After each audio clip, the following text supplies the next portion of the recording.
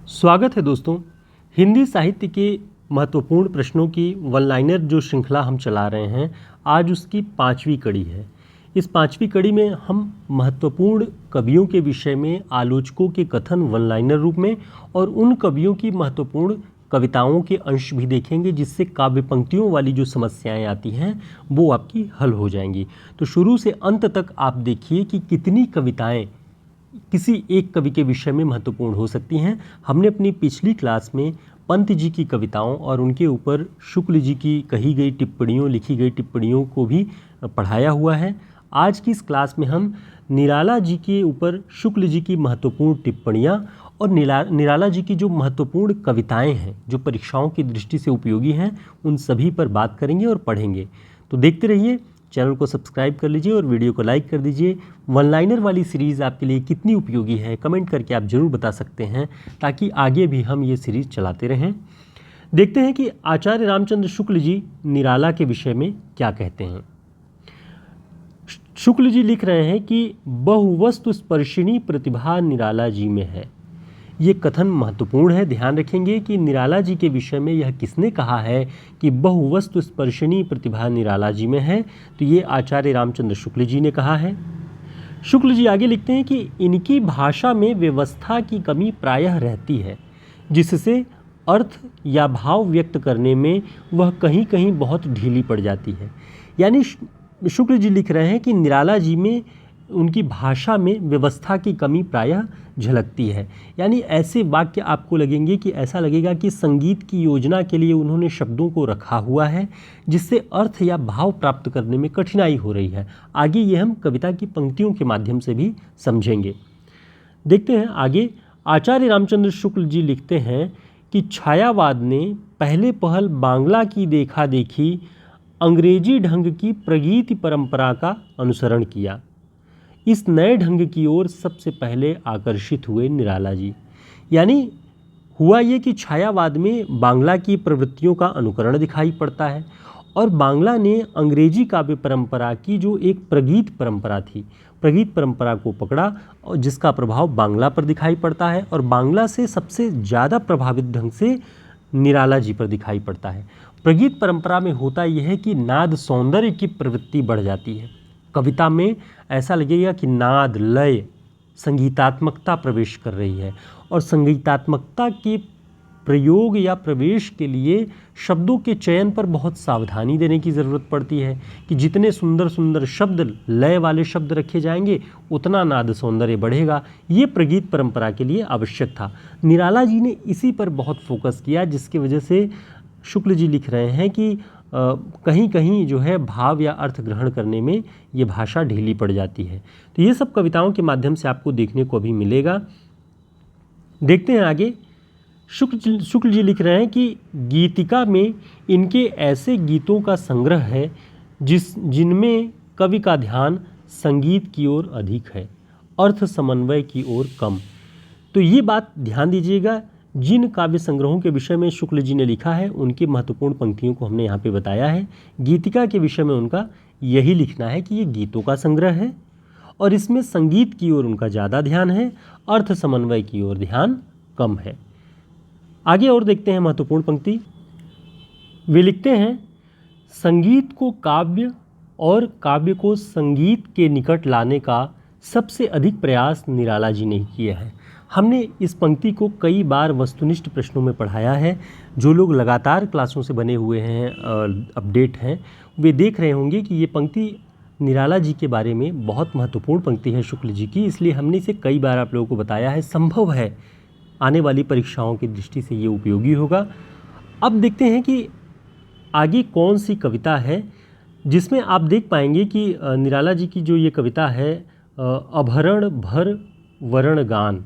अब इसके विषय में हम देखते हैं कि जो संगीतात्मकता के निकट लाने की बात है वो इसमें प्रकट होती है या नहीं। अब देखिए, इसमें है कि अभरण भर वरण गान, वन वन उपवन उपवन, जागा कवि खुले प्राण, मरशर हर केसर झर, मधुपूरित गंध ज्ञान। तो ये बात आप अगर मिलान कर पाएँ तो ऊपर जो पंक्ति शुक्ल जी ने कहा कि प्रगीति परंपरा के प्रभाव में जो शब्दों का चयन है, भाषा जो थोड़ी सी बाधा उत्पन्न कर रही है, ऐसा लगेगा कि संगीतात्मकता के लिए प्रयोग कर दिया गया लेकिन अर्थ या भाव पकड़ में नहीं आ रहा है। अभरण भरण, अभरण भर वर्ण गान, वन वन उपवन उपवन, जागा कवि खुले प्राण, मर शर हर केसर झर, मधुपूरित गंध ज्ञान। तो कहीं ना कहीं आपको एक लय दिख रही होगी कविता में, एक नाद दिख रहा होगा कविता में, जो कि प्रगीति परंपरा के रूप में दिखाई पड़ रहा होगा। हिंदी साहित्य के शॉर्ट नोट्स के लिए आप हमारे नंबर पे संपर्क कर सकते हैं। सारे महत्वपूर्ण पॉइंट्स जो कुछ हम पढ़ा रहे हैं वो सब कुछ इसमें उपलब्ध है। तो देखते हैं शुक्ल जी और उनकी भाषा के विषय में क्या लिख रहे हैं। वे लिखते हैं कि निराला जी पर बंग भाषा की काव्य शैली का प्रभाव समास में गुम्फित पदवल्लरी, क्रियापद के लोप आदि में स्पष्ट झलकती है। यानी निराला जी पर बंग भाषा की काव्य शैली का प्रभाव किस रूप में दिखाई पड़ रहा है? गुम्फित पदवल्लरी, क्रियापद के लोप आदि के रूप में झलकती है। तो ध्यान रखेंगे शुक्ल जी उनकी भाषा के विषय में क्या टिप्पणी कर रहे हैं। आप सभी जानते हैं कि बंधन में छंदों की राह उन्होंने छोड़ी, मुक्त छंद, रबर छंद, केचुआ छंद, सब कुछ कहा गया उनके छंदों के विषय में।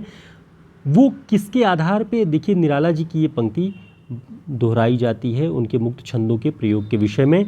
उनकी कविता है प्रगल्भ प्रेम, उसमें उन्होंने लिखा कि प्रिय छोड़ बंधनमय छंदों की राह, गजगामिनी वह पथ तेरा संकीर्ण कंटकाकीर्ण। यानी संकीर्ण और कंटकाकीर्ण जो पथ है तेरा हे कविता, यानी कविता को स्मरण करते हुए, काल्पनिक प्रेमिका को स्मरण करते हुए वे ये कह रहे हैं कि बंधनमय छंदों की राह को छोड़ दो, क्योंकि जिस रूप में तुम्हें चलना है वो संकीर्ण पथ बनाता है ये छंदों का राह, छंदों का रास्ता। तो इस पंक्ति को ध्यान रखेंगे, ये निराला जी की पंक्ति है। आगे देखते हैं कुछ महत्वपूर्ण कथन रामस्वरूप चतुर्वेदी जी के भी हैं निराला जी की कविताओं के विषय में, वो भी आपको ध्यान से पढ़ लेना चाहिए। आगामी टीजीटी, पीजीटी, एलटी की परीक्षा, यूजीसी नेट की परीक्षा सभी में बहुत महत्वपूर्ण होगा। रामस्वरूप चतुर्वेदी जी लिखते हैं कि राम की शक्ति पूजा महाकाव्योचित औदात्य से संपन्न लंबी कविता है। अगर यह कथन पूछ ले कि राम की शक्ति पूजा महाकाव्योचित औदात्य से संपन्न लंबी कविता है, यह कथन किसका है? तो रामस्वरूप चतुर्वेदी जी का है। रामस्वरूप चतुर्वेदी जी का एक और कथन महत्वपूर्ण है जो कि उनकी एक धारणा को पुष्ट करता है, जिसे आप सभी जानते हैं कि प्रश्न आता है कि छायावाद को शक्ति काव्य किसने कहा है? तो छायावाद को शक्ति काव्य रामस्वरूप चतुर्वेदी जी कहते हैं। और किस आधार पे कहते हैं? वे लिखते हैं कि छायावाद को शक्ति काव्य कहने में कामायनी के साथ राम की शक्ति पूजा मिलकर आधार बनाती है। तो ये रामस्वरूप चतुर्वेदी जी लिख रहे हैं। ध्यान रखिएगा कि जब भी शक्ति काव्य कहेंगे छायावाद को, तो दो रचनाएं छायावाद को शक्ति काव्य बनाने में उपयोगी होती हैं, आधार देती हैं, कामायनी और राम की शक्ति पूजा। इनकी कुछ पंक्तियां महत्वपूर्ण हैं जो तय करती हैं कि छायावाद को शक्ति काव्य कहा जाना चाहिए। जैसे राम की शक्ति पूजा की पंक्ति है, अन्याय जिधर है उधर शक्ति, कहते छल छल हो गए नयन, कुछ बूंद पुनः ढलके दृग्जल। अन्याय जिधर है उधर शक्ति, जिधर अन्याय है शक्ति उधर जा कर के खड़ी हैं। ये ध्यान करके, ये सोच करके राम के आंखों से अश्रु झरने लगते हैं। तो यानी शक्ति की करो मौलिक आराधना, करो पूजन, जो जाम्बवान सलाह देते हैं रामचंद्र जी को, ऐसा ही एक उपदेश कर लीजिए जो सलाह है, मार्गदर्शन श्रद्धा मनु को देती है कामायनी में। वो कहती है कि शक्ति के जो विद्युत कण विकल होकर के निरुपाय बिखरे हुए हैं, उनका हम सभी समन्वय करें ताकि मानवता विजयनी हो जाए, विजयनी मानवता हो जाए। तो कामायनी में भी शक्ति की आराधना, शक्ति के जो विद्युत कण बिखरे हुए हैं उनका संयोजन करने की बात श्रद्धा मनु को समझाती है, और यहाँ राम की शक्ति पूजा में जाम्बवान राम को समझाते हैं। तो शक्ति की पूजा की बात जो की जा रही है वो दोनों रचनाओं में दिखाई पड़ेगी, कामायनी में भी और राम की शक्ति पूजा में।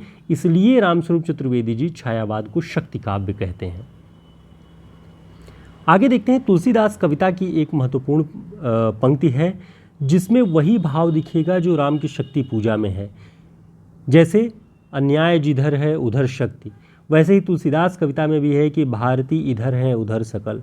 भारती सरस्वती ज्ञान की देवी, एक तरफ भारती की पूजन करने वाला, सरस्वती की पूजा अर्चना करने वाला, ज्ञान की परंपरा का व्यक्ति, और दूसरी तरफ अज्ञानियों की पूरी फौज।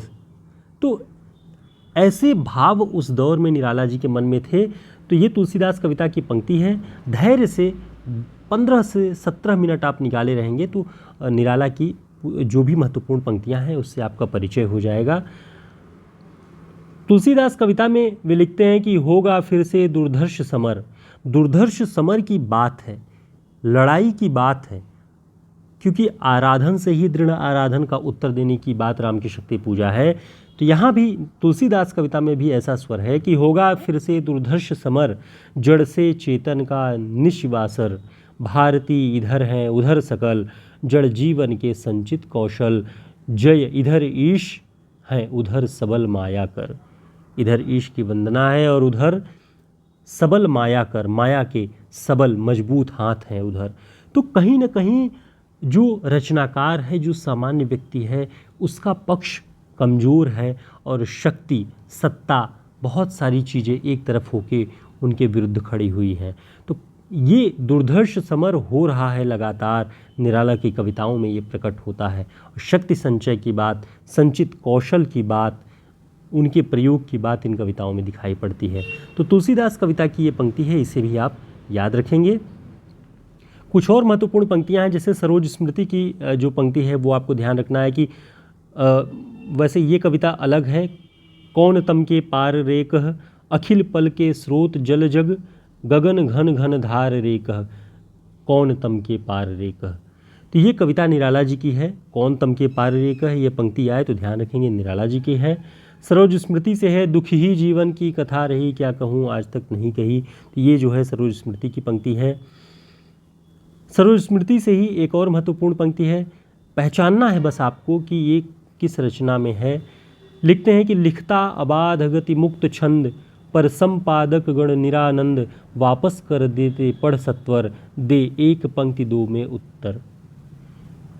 वे अबाध मुक्त छंद में लिख रहे हैं सरोज स्मृति में अपने उस दौर की, अपनी एक तो पुत्री की मृत्यु हुई है उसकी पीड़ा, दूसरे जब वो रचनारत थे, रचनाएं लिख रहे थे और संपादकों के पास भेजते थे, संपादक लोग निरानंद होकर के, कोई आनंद बिना रुचि के इधर उधर देख करके और एक दो पंक्ति में लिख देते थे कि प्रकाशन योग्य नहीं है। तो बहुत दिनों तक ये बात निराला जी के बारे में सत्य है। कई बार कई जगहों पे आया कि संपादकों ने बड़ी उपेक्षा की उनकी कविताओं की, कई वर्षों तक कई अच्छी कविताएं अच्छे पत्रिकाओं में नहीं छप पाई। तो ये भी एक कष्ट, एक पीड़ा थी उनके जीवन की, जो कि उन्होंने इसमें लिखा हुआ है। आप सभी यदि कविताएं लिखते होंगे या कोई रचना लिखते होंगे, किसी पत्रिका में भेजते होंगे, तो आज भी इसी तरीके का उत्तर मिलता है। बिना पढ़े ही बहुत सारे संपादक कह देते हैं कि छापने योग्य नहीं है, हम नहीं छाप सकते। तो ये पीड़ा जो निराला की थी वो आज भी बहुत सारी पत्रिकाओं से और बहुत सारे लिखने वालों के साथ है। तो ये ध्यान रखेंगे, सरोज स्मृति में उन्होंने संपादकों से प्राप्त इस पीड़ा का वर्णन किया हुआ है। ये कविता निराला जी की अंतिम कविता का अंश है। 1961 के आसपास ये कविता लिखी गई और कविता का शीर्षक जो है वो पत्रोत्कंठित जीवन का विष बुझा हुआ है। कविता है कि पत्रोत्कंठित जीवन का विष बुझा हुआ है, आशा का दीप जलता है हृदय कुंज में। ये ध्यान रखेंगे, उनकी अंतिम कविता से अंश है। इसके अलावा कुछ महत्वपूर्ण और काव्य पंक्तियां हैं निराला की। मरा हूँ हजार मरण, पाई तब चरण शरण। मरा हूँ हजार मरण, 1000 बार मरा हूँ तब जा कर के चरणों में शरण मिली है। तो ये पंक्ति भी निराला जी की है। ये वाली बहुत महत्वपूर्ण है कि बांधो न नाव इस ठाव बंधु, पूछेगा सारा गांव बंधु, बांधो न नाव इस ठाव बंधु। तो ये निराला जी की पंक्ति है। बांधो न नाव उस ठाव से शायद उपेंद्र नाथ अष्ट जी का कोई कहानी संग्रह है या कोई रचना है, लेकिन ये कविता की पंक्ति निराला जी की है। एक और महत्वपूर्ण कविता निराला जी की कुकुरमुत्ता, उसकी एक महत्वपूर्ण पंक्ति है। 4 पंक्तियां याद रखिएगा कुकुरमुत्ता कविता का भाव समझने के लिए। कुकुरमुत्ता की चुनौती गुलाब को जो दी जाती है, गुलाब के फूल को दी जाती है, वो सब समझने में ये पंक्ति बहुत मदद करेगी। कि अबे सुन बे गुलाब, भूल मत जो पाई खुशबू रंगो आब, खून चूसा खाद का तूने अशिष्ट, डाल पर इतरा रहा है कैपिटलिस्ट। तो ये कुकुरमुत्ता जो एक देशज फूल के रूप में या वनस्पति के रूप में अपने आप कहीं न कहीं उगाता है, आप सभी ने देखा होगा छतरी नुमा, वो चुनौती देता है गमले में बैठे हुए खाद के बीच में पनप रहे गुलाब को कि अबे सुन बे गुलाब, भूल मत जो पाई खुशबू रंगो आब, खून चूसा खाद का तूने अशिष्ट, डाल पर इतरा रहा कैपिटलिस्ट। तो ये मार्क्सवादी किस्म की समाजवादी किस्म की एक रचना है जिसमें एक सामान्य मनुष्य कैपिटलिस्ट जो पूंजीवादी लोग हैं उन्हें चुनौती दे रहा है। तो कुकुरमुत्ता कविता की इस पंक्ति को ध्यान रखिएगा, आप पहचान जाएंगे कि निराला जी की कुकुरमुत्ता कविता से है। इसके अलावा देखते हैं जो महत्वपूर्ण काव्य पंक्ति है, परीक्षाओं में पूछी जाती है कि आज अमीरों की हवेली, किसानों की होगी पाठशाला, धोबी पासी चमार तेली, खोलेंगे अंधेरे का ताला, एक पाठ पढ़ेंगे टाट बिछाओ। ये भी निराला जी की पंक्ति है। अगली जो पंक्ति है वो भी बहुत महत्वपूर्ण है और बहुत गीतात्मक है और बहुत अच्छी है कि आपके भीतर ऊर्जा का संचार कर देगी कि गहन है ये अंधकारा, ये जो कारा है, जो जेल है, जो कारागार है, वो बहुत गहन अंधकार है, उसमें गहन है ये अंधकारा, स्वार्थ के अवगुंठनों से हुआ है लुंठन हमारा, गहन है ये अंधकारा। हमारे बहुत अच्छे मित्र हैं जुगेश कुमार गुप्ता जी, आप सभी जो लोग इलाहाबाद से होंगे वो जानते होंगे, इलाहाबाद विश्वविद्यालय के हिंदी विभाग से उन्होंने शोध किया, इस समय नवोदय विद्यालय में है। बहुत अच्छे गीत उन्होंने निराला जी के गाए हैं, राज्यसभा टीवी पे भी आपको यूट्यूब चैनल पे उनके गीत जो निराला जी के गाए हैं वो मिल जाएंगे और उसमें इस कविता का भी जो गायन उन्होंने किया हुआ है बहुत ही मार्मिक है। गहन है ये अंधकारा, स्वार्थ के अवगुंठनों से हुआ है लुंठन हमारा। सर्च करके आप सुने, बहुत अच्छा लगेगा और निराला की कविता याद करने की एक तकनीक आपको समझ आएगी कि निराला जी की कविताओं में बहुत गीतात्मकता है। नरेश सक्सेना जी ने एक बार इलाहाबाद में एक सेमिनार संगोष्ठी में जो निराला जी की जयंती पर हो रही थी उसमें कहा कि निराला जी की हर एक कविता में लय है। वह तोड़ती पत्थर को उन्होंने तबले की थाप पर बजा करके बताया कि देखिए कितना नाद सौंदर्य है इस कविता में। तो पहली बार निराला जी की कविता वह तोड़ती पत्थर, देखा मैंने उसे इलाहाबाद के पथ पर, वह तोड़ती पत्थर, उसका एक नाद लय रूप हम लोगों ने सुना जब नरेश सक्सेना जी ने तबले के रूप में बजा के थाप दे करके उस कविता को पढ़ा। तो सुने और निराला जी की कविताओं को पढ़ें, बहुत रोचक है। और अंतिम जो पंक्ति है काव्य की ये भी बहुत महत्वपूर्ण है। दलित जन पर करो करुणा, दीनता पर उतर आए प्रभु तुम्हारी शक्ति अरुणा, दलित जन पर करो करुणा। तो ये पंक्ति भी निराला जी की है, बहुत महत्वपूर्ण है। ये सारी पंक्तियाँ जो हमने यहाँ पे चुनाव करके इस वीडियो क्लास में आपके लिए प्रस्तुत की ये बहुत महत्वपूर्ण है। निराला से, पंत से, जयशंकर प्रसाद से, सभी से हम लगातार आपका परिचय करवाएंगे इन सभी की काव्य पंक्तियों से। और आप चैनल पे जा कर के वीडियोज़ में सर्च करेंगे तो सारे रचनाकारों पे, लगभग 40 बड़े रचनाकारों पे हमने स्पेशल वन लाइनर क्लास बनाई हुई है। तो निराला जी की इन काव्य पंक्तियों को पढ़िए और निराला जी की रचनाओं, उनके ऊपर कहे हुए आलोचकीय कथनों और बहुत सारी बातों पर हमारी जो पुरानी क्लास है वो भी आपको मिल जाएगी। डिस्क्रिप्शन बॉक्स में उसका लिंक हम आपको मौजूद करा देंगे, उपलब्ध रहेगा, आप उसे क्लिक करके देखिए और निराला जी पर बनने वाले सभी प्रश्नों का अध्ययन करिए। फिर मिलेंगे एक नई वन लाइनर क्लास के साथ। वन लाइनर सीरीज़ हमारी कैसी लगी कमेंट करके ज़रूर बताएं। नए हैं तो चैनल को सब्सक्राइब कर लीजिए, अभी ये वन लाइनर सीरीज़ बहुत चलेगी, बहुत लंबी चलेगी, सभी परीक्षाओं के लिए आपके लिए बहुत हेल्पफुल होगी। नमस्कार, शुभकामनाएं।